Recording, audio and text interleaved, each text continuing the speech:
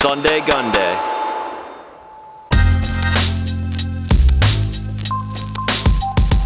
What's going on, everyone? Back with another episode of Stuff and Things, and today we're taking a look at a gun that you probably know everything about already. At this gun's release, it caught my attention for what it is, but there really wasn't quite enough going on with it for me to want to go out and purchase it for myself. There really won't be anything new here other than my personal thoughts and opinions on it, but a lot of you have asked for it, so without further ado, let's get into the HK VP9. This is the HK VP9, or Volk's pistol, which translates to People's Pistol. This is a polymer frame, semi-automatic, double stack, striker fired 9mm handgun. What more do you really need to know? There is an extended Picatinny rail up front, ambidextrous controls, and changeable back and side straps, making the grip extremely customizable for almost anyone's hand. On the slide, you will find metal night sights on top, a firing pin indicator in the back, and fairly large serrations both front and rear. Behind the very last serrations are two little tabs protruding out each side, which HK calls their patented charging supports. The serrations are already pretty functional, but this just adds a little bit more traction, making racking the slide even easier. The extractor is enlarged for better reliability and functions as a tactile loaded chamber indicator, and it's also worth mentioning that the mag release is a paddle style and the ambi slide release lever is a bit smaller and lower profile on the right side of the gun. So like I said, you guys probably knew all of that and you know what this gun is all about already, so let's not waste any time and just get right into the first mag impression.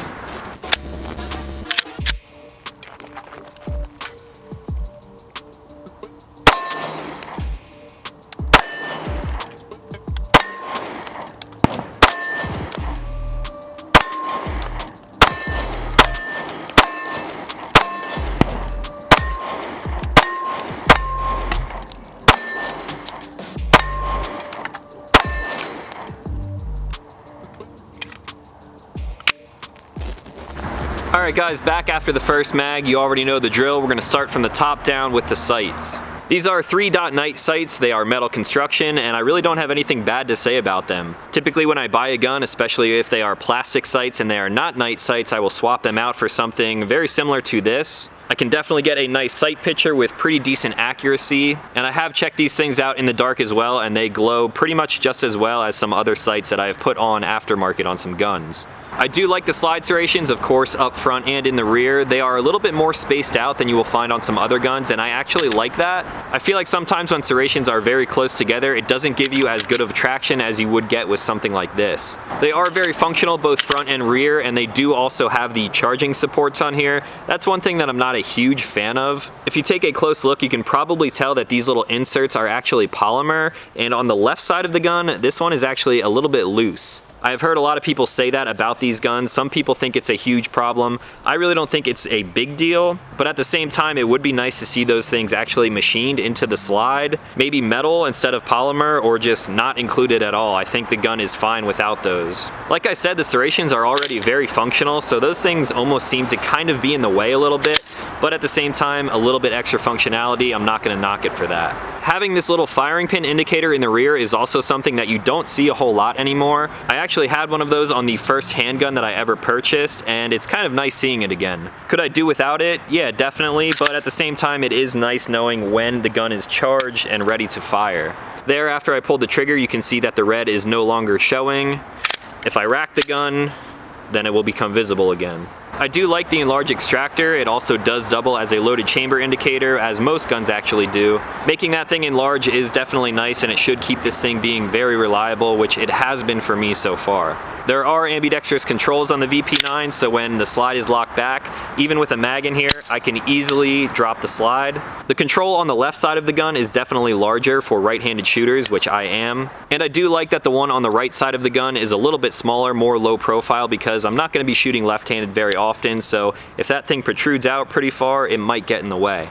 Same thing on the left side though. If I'm holding the gun left-handed, even with an empty magazine in here, I can drop the slide very easily with just my thumb. The mag release is also ambidextrous, and it is a paddle release, which I was never really a big fan of until I bought my first HK. I've kind of gotten used to it since then. You can easily drop the mag with your trigger finger or even your middle finger, both left and right hand. It's a little bit trickier for me doing it left-handed, but the magazines do fall out of there pretty easily. Speaking of the mag, these are 15-round magazines. They are metal, and one thing that I really like about these is the way that you can indicate the rounds on the back. A lot of magazines have holes on the side where you can see your round count, but this is actually on the back of the magazine. They're kind of stacked in a line here, and I found that this is very, very easy to tell how many rounds that you have in these magazines. It might just be me, but I found that these mags are the easiest to tell how many rounds you have in here, and I wish more companies would do it this way. Now moving down to the frame of this gun, I really have nothing but good things to say about this gun. It feels awesome in my hand. It has a very long Picatinny rail up front for mounting any kind of light, laser accessory. I threw the Olight PL Mini on here to fit with my QVO standard holster. This is a nice small compact light. I've done a video on it in the past, but because the rail is so large, I could definitely see mounting something even bigger, like a Streamlight TLR1HL, or even a Surefire X300 on here with no issues. Now speaking of the size of the rail and the entire frame for that matter, this gun is kind of deceptive for me. Looking at it and holding it in my hand, it feels like a big gun, almost bigger than it actually is. Even looking at it in pictures and videos, the gun just looks and definitely feels big in my hand. If you compare this right next to something like a Glock 19 though, it really is not that much bigger. I would say this is more along the size of a CZ P10 C, another gun that I am a big fan of. The P10 C is a little bit bigger in every dimension than the Glock 19, and the VP9 is a little bit bigger again in every dimension compared to the P10 C.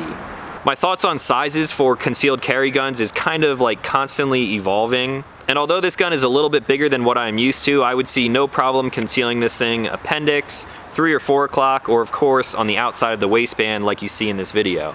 The actual grip of the gun is another thing that I am a huge fan of. It feels so good in my hand. I would put it along the lines of how the Chris Sphinx feels in my hand. And also when I did the video on the Maxim 9, when I picked that thing up, if I wasn't actually looking at the gun, that grip feels very, very similar to the VP9. The back strap and side straps that are on here are the ones that came with the gun out of the box, and it just fits my hand so well. But with all of the options that they include with the gun, the possibilities are pretty much endless, and I think you would be hard pressed to find a combination of back and side panels that would not fit everyone's hand. So those are my initial thoughts on this gun. I know I'm throwing them at you very quickly, but let's get into some more shooting, and then I'll come back and give you guys my final impressions on the VP9.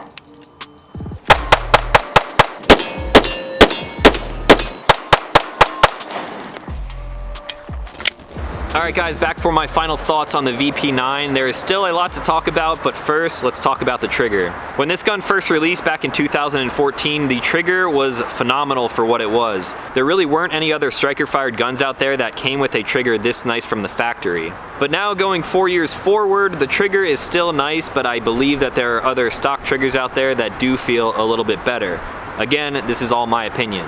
I do like the actual trigger shoe. It is a little bit curved, but for the most part it feels flat across your finger. There's a safety blade that is very easy to push out of the way, and then you'll pull back. Now here is a pre-travel to the wall, very easy to get to, but there is still a little bit of take up before you get to the actual wall. I don't know if you can see that, but you can definitely feel it. It's a little bit gritty, not the best feeling thing ever, but then you are right on top of the wall for a pretty clean break. The reset still feels very good. I'll let out to the wall.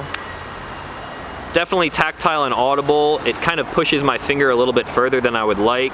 And then again, back to that initial wall, there's a little bit of grittiness to get back to the actual wall before the break. Now the trigger that I would compare this to and actually prefer over the VP9 trigger is the P10 C Trigger. The weight of both of the triggers feel very similar. I would say that the P10 C might be a little bit lighter, at least the ones that I have shot. Maybe if this gun had a very good cleaning and a little bit of polishing, it would get rid of that little bit of grit before the actual break.